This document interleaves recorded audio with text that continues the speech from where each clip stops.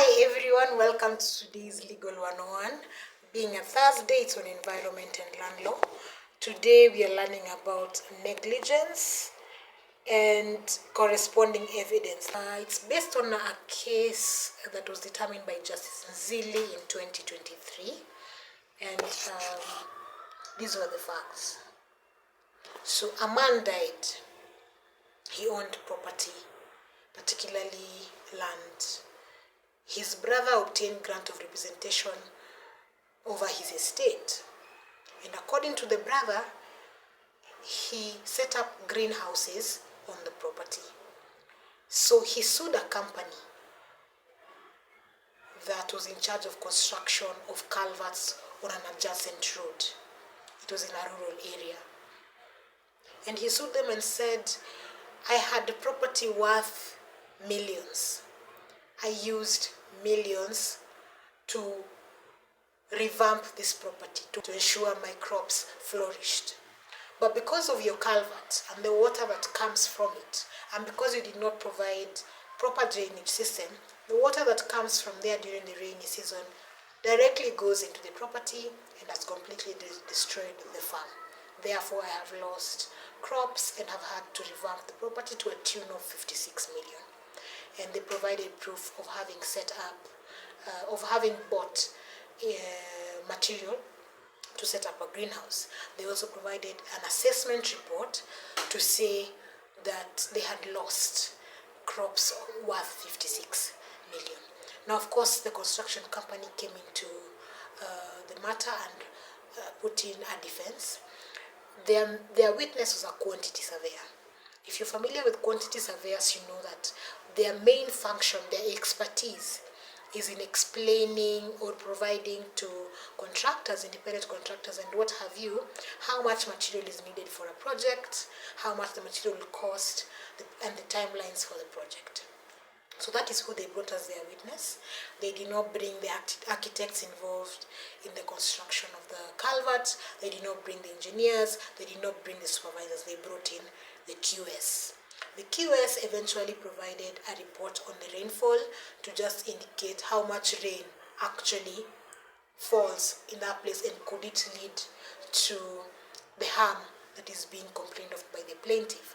The QS brought a hydrologist report. A hydrologist is a person that studies water and its effects, and said a myriad of things in defense of the company.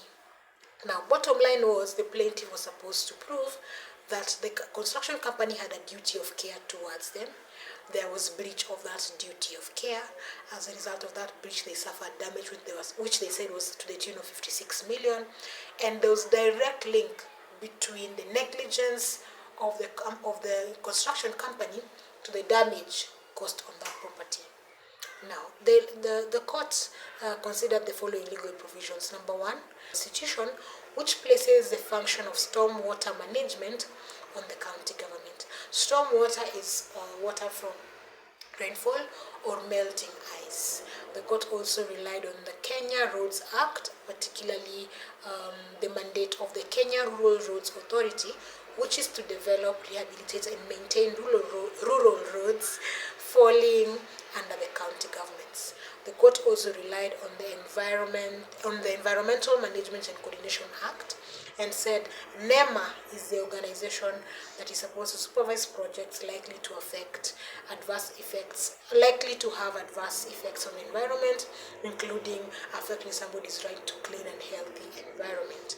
And the court said that if any party is aggrieved by the activities of a developer, including a development by the county, as this one was, they can invoke Section 117 of the Environmental Management and Coordination Act and ask that the developer improves the activities that they are doing.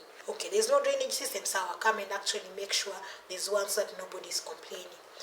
But regarding the evidence and regarding the claims made by the plaintiff, this is what the court said. When we gave you the court's deputy registrar to come and actually have a look at the site of the event, none of you provided an expert to walk the deputy registrar through the technical know-how of the terrain. There is no evidence by the plaintiff that either NEMA or the county government or the Kenya Rural Roads Authority or the Engineers Board of Kenya received any complaints regarding the state of the culvert. There's no evidence. There were no witnesses from either of these organizations that came to court to corroborate the claims made by the plaintiff. There was no land registrar, no water engineer, no land surveyor, no hydrologist. The plaintiffs simply relied on their layman evidence when they're actually talking about very technical issues. The court added there was no land surveyor map or the access road map to show the distance between the culvert and the property. And so when the company says, oh, there are actually two properties, before we get to the plaintiff's property and they have not complained, then we are actually wondering, is that true? Okay. The court also said this assessment report that the plaintiff provided cannot be trusted. One, the maker of that document was not in court to be cross-examined on the document. Number two, they did not provide their credentials, so we are not sure if they are agricultural extension officers and they have the proper qualifications. We would need a land valuer, we would need a land economist, somebody with credentials to actually say, this is what was on the property, this is the value of the property, and this is what has been lost as a result of the flooding. Okay? And the court also noted that while there was proof that the greenhouse structures had been bought, there was no proof they had been erected. The court said, bring us a witness to say we erected the greenhouse structures. Bring us somebody who worked on the farm to say we planted this season. Bring somebody to say there was an observation that as a result of the water, the plants died, there was flooding, and that harmed or caused harm to the property. There was none of that. The court added this assessment report came up with a figure of 56 million. We cannot tell how this amount was reached. So for that reason, the claim was disallowed. And so the next step was to talk about costs. And the court said, I'm not going to award the construction company costs, although I understand they have incurred significant cost.